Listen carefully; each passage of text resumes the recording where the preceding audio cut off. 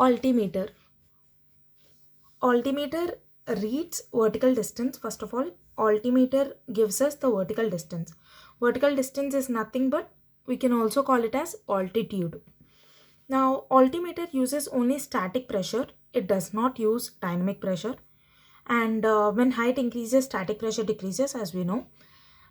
Now, we have three different kinds of altimeters basically. The first one is simple altimeter, and then sensitive altimeter, then servo altimeter. Now, simple altimeter is nothing but the simple altimeter structure has only one capsule and it faces lag error. We also have another error, other kinds of error of plus or minus 100 feet. Now, sensitive altimeter is better than simple altimeter because it is accurate than simple altimeter, and basically it has two capsules and it is also accurate. There is a special arrangement in this sensitive altimeter, that is bimetallic link. A D spring is inserted, and we also have an error of plus or minus 70 feet. In simple altimeter we have 100 feet, it is reduced to 70 feet in sensitive altimeter. Now then we have servo altimeter, which is the latest one, which nowadays aircrafts are using servo altimeter itself. Servo altimeter also has two capsules, but it is different from the other two altimeters because it is based upon electromagnetic induction. There is a Pekoff coil in the servo altimeter which gives us the information, and this servo altimeter doesn't affect with any lag error. It has no lag error. Other than lag error, we have different kinds of other errors, and from in sensitive altimeter we have plus or minus 70 feet of error, but whereas in servo altimeter it is reduced to plus or minus 30 feet. The errors which we face in altimeter are B square, L square, I, P square, THM. Like we have blip DCM in airspeed indicator. Let us remind these as B square, L square, I, P square, THM. They are nothing but first one is blockage error. As in airspeed indicator, here also we have the same thing happening within the blockage error. If the static vent is blocked during climb, the instrument underreads. Static vent blocked during descent, the instrument overreads.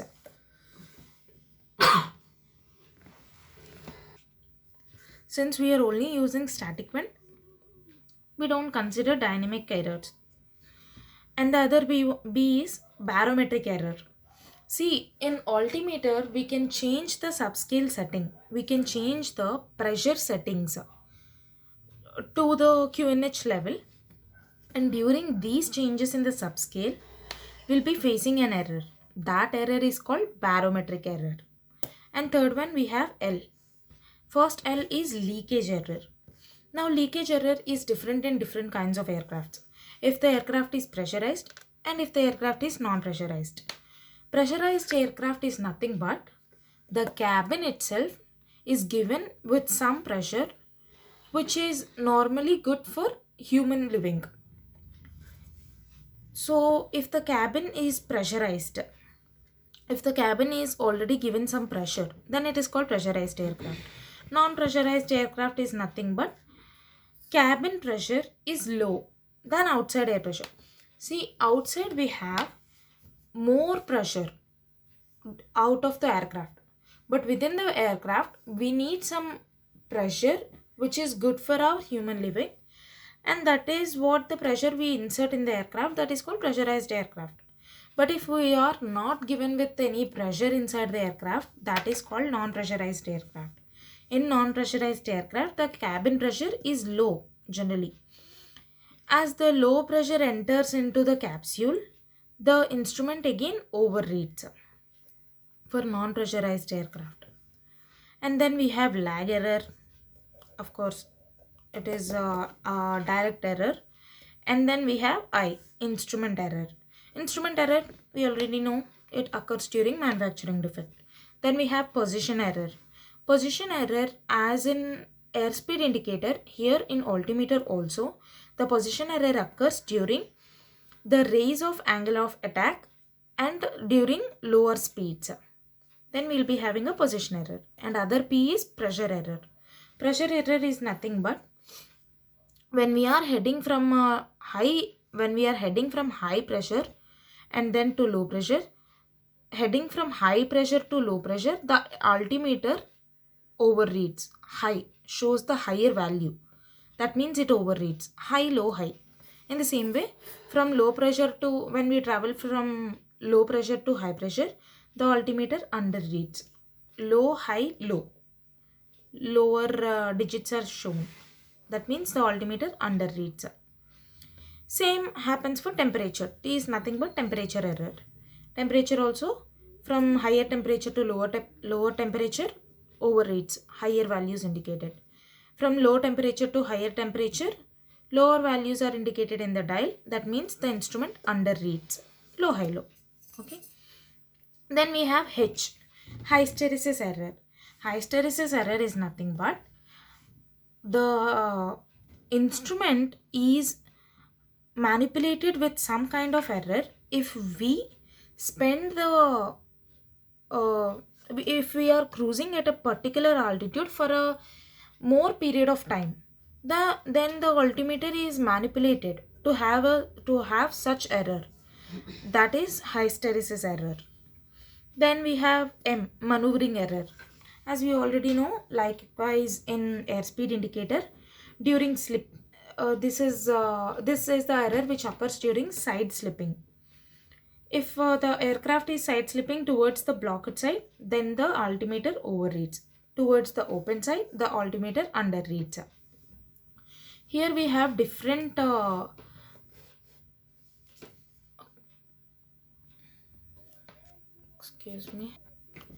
we have different vocabulary for different heights here. For suppose we are cruising at some level above the ground. Okay, the actual mean sea level is given in the ISA conditions. So if we are cruising at mean sea level, the distance between the aircraft and the mean sea level is called altitude.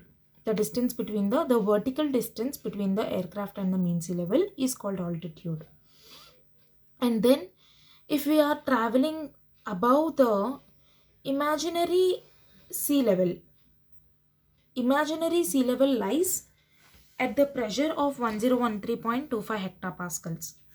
If we are traveling at the imaginary sea level within the pressure limits, then the vertical distance between the imaginary sea level to aircraft is called pressure altitude or flight altitude.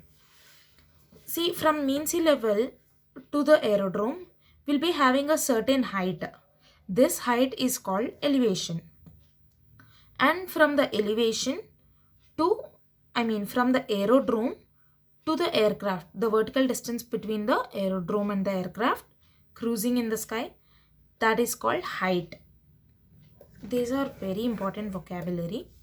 Then we have Q codes. Q codes, we have 4 different kinds of Q codes: QFE, QNH, QFF, QNE. QFE is nothing but pressure at aerodrome. You remember this as field extension. Pressure at field. Field is nothing but aerodrome. So QFE is pressure at aerodrome. Then we have QNH, pressure at mean sea level.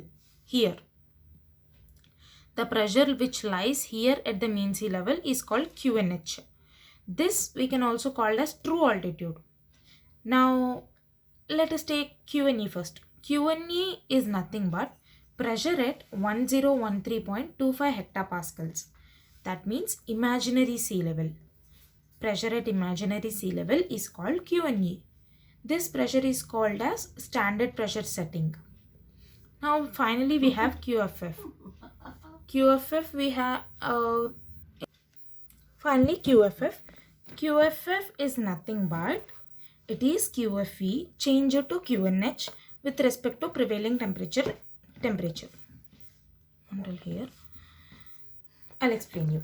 Now QFF is actually the pressure at aerodrome itself, but it is converted into pressure at mean sea level assuming the prevailing temperature conditions, assuming the previous temperature conditions, we will change the aerodrome pressure to mean sea level pressure.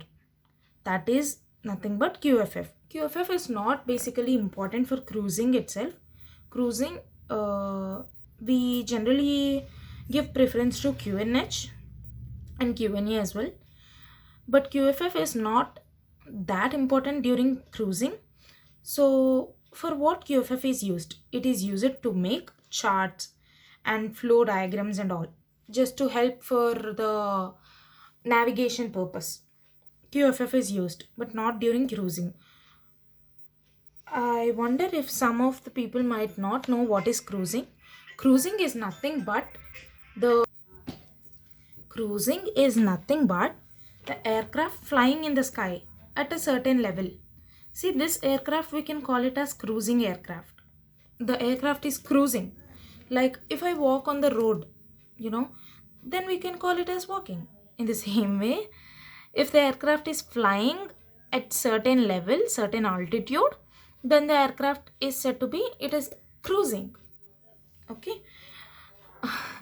Apart from this, we have transition, some level, layer and altitude. We have something related to transition. It is nothing but, we have 3 stages of transition. First one is transition altitude, then transition layer, and then transition level. Transition altitude is nothing but the altitude from the aerodrome to a certain level, and this level is 4,000 feet. From the aerodrome to certain level, the level can be set nearly 4,000 feet. Here the settings of the altimeter would be QNH. Settings of the aircraft would be QNH pressure settings. Then we have transition level. Transition level is nothing but the level above the transition layer with the setting of 1013.25 hectopascals. That means imaginary mean sea level. If the aircraft is cruising at QNH level within 4,000 feet, then it is said to be transition altitude. If the aircraft is traveling within the imaginary mean sea level, then it is said to be transition level. The layer between the transition altitude and the transition level is called transition layer, and it is of 1,000 to 1,400 feet of thickness. Then we have important formulas here. They are density altitude and true altitude. Density altitude is nothing but the altitude which the aircraft is experiencing with certain pressure conditions. Okay. The density of the altitude which the aircraft is experiencing at certain pressure altitude. Now the formula for density altitude is nothing but pressure altitude plus or minus 120 into ISA deviation. And for true altitude means the altitude near the MSL. For true altitude, the formula is pressure altitude plus or minus pressure altitude into deviation by 250. That's it. This is all enough for altimeter, and this is from this only we are going to get bits. Okay, thank you.